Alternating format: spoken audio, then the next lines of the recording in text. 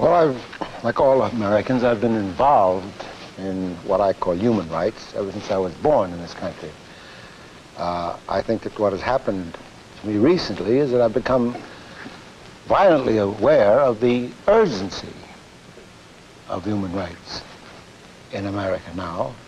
The fact that this is an inalienable thing and something that must exist if America is to exist, and if our image is to exist, and if our moral fiber is to exist. And this urgency and my awareness of it brought me here. I felt this sense of urgency myself, Mr. Poitier, and I noticed today, all day long, in all of the speeches and all of the placards, I saw the word or heard the word now, now, now, repeated with insistency. Was it for you a case of urgency and now, or has this been something that you've been fighting for a long time? Well, the nature of my life over the last 36 years has been such that the urgency that was evident today has been bubbling in me personally for most of these years, at least most of the years I came into adulthood. I became interested in the civil rights struggle out of a necessity to survive, and I think my interest started many years ago, never as intensely, however, as it exists today. How about a personal participation, such as today's extraordinary participation? Is this a rare experience for you? No, it is not a rare experience for me. I found, having lived in New York and in other parts of America over the last 20 years, since I came from the Caribbean, I found it necessary for self-protection and for to perpetuate my survival that I involve myself in any activity that would ease my burden momentarily. And what was the involvement of Mr. Charlton Heston?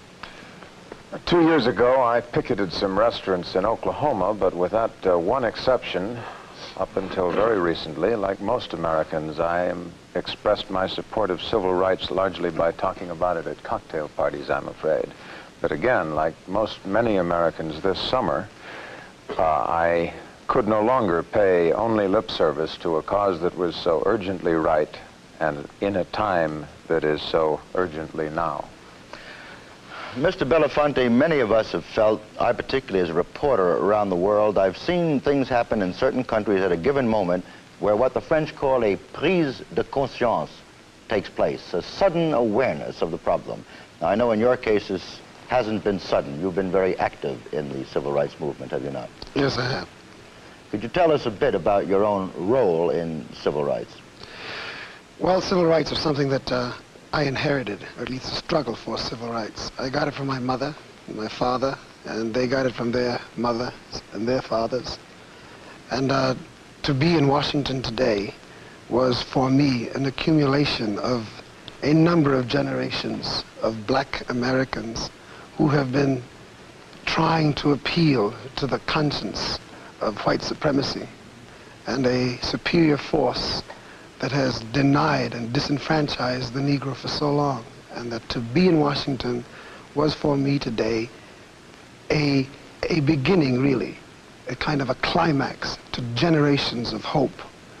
And having been deeply immersed in the civil rights struggle, and having been at the beginning of so many important civil rights issues in this country and demonstrations, it was indeed a very powerful moment to see 200,000 people, mostly black people, but also white people, and to know that a nation such as America, and the reason that I struggle with it so hard and I grapple with it so hard is because I really believe in the potential of this country.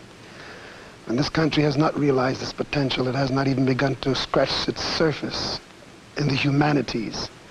And because I do feel strongly about that potential, and because of the kind of inheritance I've had, it was necessary for me to be there today. Mr. Belafonte, you are, I think, one of the lieutenants of Martin Luther King, who was one of the most respected leaders of the movement.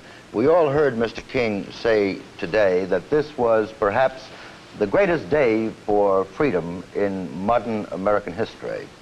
Perhaps we could ask Mr. Brando to tell us what that means to him.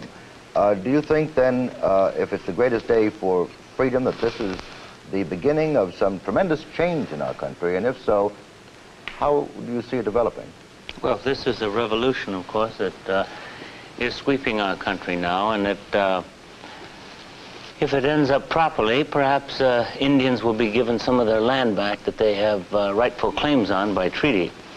Certainly the benefit of all minorities, Jews, Filipinos, Chinese, Negroes, Hindustani, Koreans, all people will benefit. Today was an unprecedented event in that it is the only time in history, I believe, in America, when over 200,000 people have gathered to say with one voice and with one spirit, one cause. And I think that it's easy to oversimplify this problem. The problem seems to me a subtler one, and it has to do with hatred.